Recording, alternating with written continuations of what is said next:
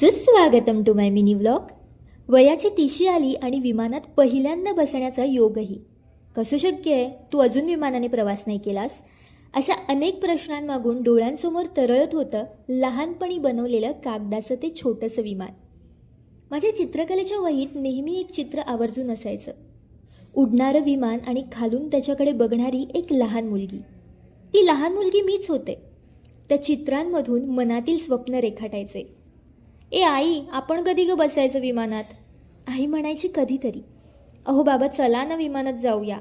बाबा म्हणायचे तू मोठी झालीस की जाऊ. आणि आज हे सगळं आठवलं. तो कधीतरी आज आला खरा, पण खरंच मी इतकी मोठी झाली आहे का? विमानातील माणसं खिडकीतून खाली डोकावत असतील का? त्यांना पक्षी दिसत असतील का? त्यांना जमिनीवरची माणसं किती मोठी दिसतात ह्याची उत्तर आज मिळालीच.